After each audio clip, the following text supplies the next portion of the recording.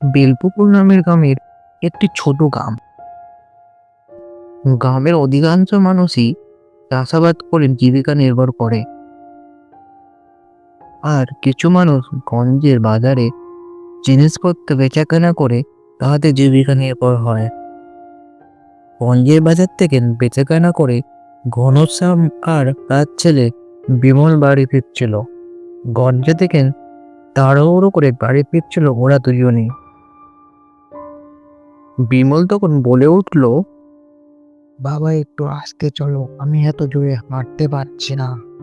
আরে চল তাড়াতাড়ি, এই বাসভবনটা অন্য করতে পারলে আমাদের বিপদ হতে পারে।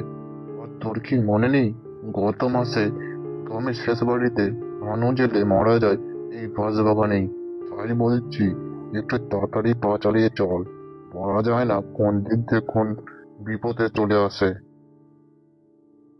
আর মহাজনরা যদি টাকাটা দিতে এত লেট না করতো, তাহলে তো আমরা তাড়াতাড়ি চলে আসতাম।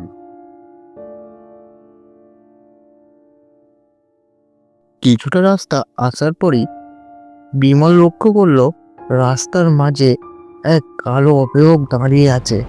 তার চোখগুলো যেন জ্বলন্ত আগুনের মতন। কি রে, দাঁড়িয়ে বলিস কেন? চল তাড়াতাড়ি, বাসভবনটা তো পার করতে হবে। দেখো বাবা, রাস্তার মাঝে দাঁড়িয়ে আছে এক কালো অবয়ব। কে রে, আমাদের ভয় দেখাচ্ছিস? জানতে পারলে পিটিয়ে ছাল ছাড়িয়ে ফেলবো। কথাটা শেষ না হতে হতেই অন্ধকার থেকে অবয়বটা বেরোলো।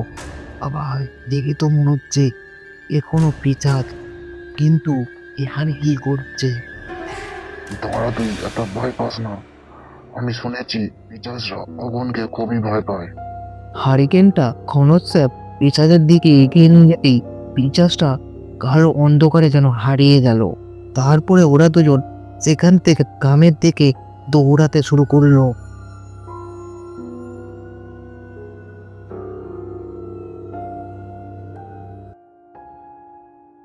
বেলপুকুর গ্রামে বয়োজ্যেষ্ঠ আর গণ্যমান্য মানুষরা এই পাড়া মাঝায় বসে সন্ধ্যা হলেই আড্ডা দিতে চলে আসে। আজকের আড্ডায় বসে আছে গ্রামের মোড়ল নবীনবাবু, কানাই কাকা, রঘু কাকা আর নরেশ কাকা। ওরা সবাই দুর্গাপুজোর আলোচনা করছে। তার মধ্যে কানাই কাকা বলে উঠল, এবারের দুর্গাপুজোটা খুবই বড় করে করতে হবে। গত বছরের পাশের গ্রামে দুর্গাপুজোটা খুবই বড় করে করেছিল বলে আমাদের খুবই করেছিল। এবারে আমরাও দেখিয়ে দেবো আমাদের গ্রামের দুর্গাপুজোটা বড় করে করে। তা নয়, ঠিক আছে, কিন্তু এসবের জন্য তো অনেক টাকা পয়সা লাগবে। এবারে নয়তো একটু সবার থেকে বেশি চাঁদা নিয়ে হবে, তাহলেই সবকিছু ঠিকঠাক হয়ে যাবে। আর একটা কথা আছে, ওই খঞ্জে যাওয়ার বাঁশবাগানের রাস্তাটাতে লাইট দিতে হবে, কেননা গত মাসে ভানো জেলে মারা যায় ওই বাঁশবাগানের কাছে। আর অনেক কিছু শোনা যাচ্ছে রাস্তা নিয়ে। কথা বলতে বলতে সেখানে হাজির হলো ঘনশ্যাম আর বিমল। তাদের দেখে নবীনবাবু বলে উঠলো, কি ব্যাপার, তোমরা এরকম করে হন্তদন্ত করে ছুটে আসছো কেন? তারপর ওদের সমস্ত কথা বলল। সমস্ত কথা শুনে নবীনবাবু একটু গম্ভীর গলায় বলল, তোমাদের কথা শুনে তো যা বুঝতে পারছি, এটা কোনো অতৃপ্ত আত্মার কাজ। আর এর হাত থেকে বাঁচাতে পারে একমাত্র কালীচরণ তান্ত্রিক। আমাদের কাল সকালে ওনার কাছে যেতে হবে একবার। যে একবার ওনাকে সমস্ত কথা বললে উনি নিশ্চয়ই আমাদের সাহায্য করবে।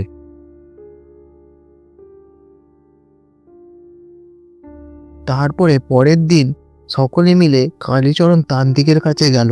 সেখানে তান্ত্রিককে সমস্ত কথা বলা হলো। কালীচরণ তান্ত্রিক সমস্ত কথা শুনে চোখ বন্ধ করে ধ্যানে বসলো। আমি ধ্যান করে সব দেখেছি, তোদের কি অবস্থা। আমি তোদের সাথে যাব, আর ওইখানে যে আছে তাকে আমি মুক্তি করে দেব।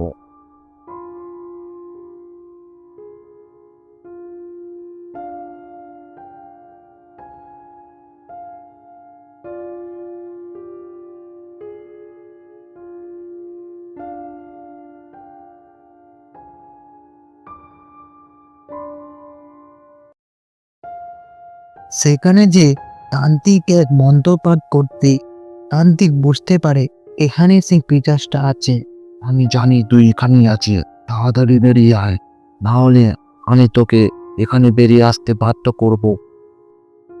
তারপরে সেখানে পিতাসটা আবির্ভূত হলো। সেটা দেখে নবীনবাবু আর তার সাথে আসা গ্রামবাসী খুবই ভয় পেল। তুই এখানে কি করতে এসেছিস? আর তোর এখানে থাকার কথা নয়। আমি তোকে কোনো কিছুই বলবো নি, তুই আমার কিছুই করতে পারবি না। তারপরে কালীচরণ তান্ত্রিক বিড়বিড় করে মন্ত্র পাঠ শুরু করলো। সেই মন্ত্রটা পড়তে পড়তে পিচাসটা যন্ত্রণা চেল্লাতে শুরু করলো। তখন পিচাসটা যন্ত্রণা চেল্লে বলছে, আমি বলছি সমস্ত কথা আমার, তুই বন্ধু হওয়া বন্ধ কর। আমি বলছি কোন সমস্ত কথা। আমার বাড়ি ছিল পাশের গ্রামে, আমি এক দুর্ঘটনাতে আমি মারা যাই। মারা যাওয়ার পর আমি বিশ্বাস হয়ে যাই। ঠিক আছে, তোর কোনো চিন্তা নেই, আমি তোকে মুক্তি করে দেবো। তখন তান্ত্রিক এক ধরনের অদ্ভুত মন্ত্র বিড়বিড় করতে করতে পিচাসটা ধোঁয়া হয়ে তান্ত্রিকের কমণ্ডলের মধ্যে এসে পড়ে।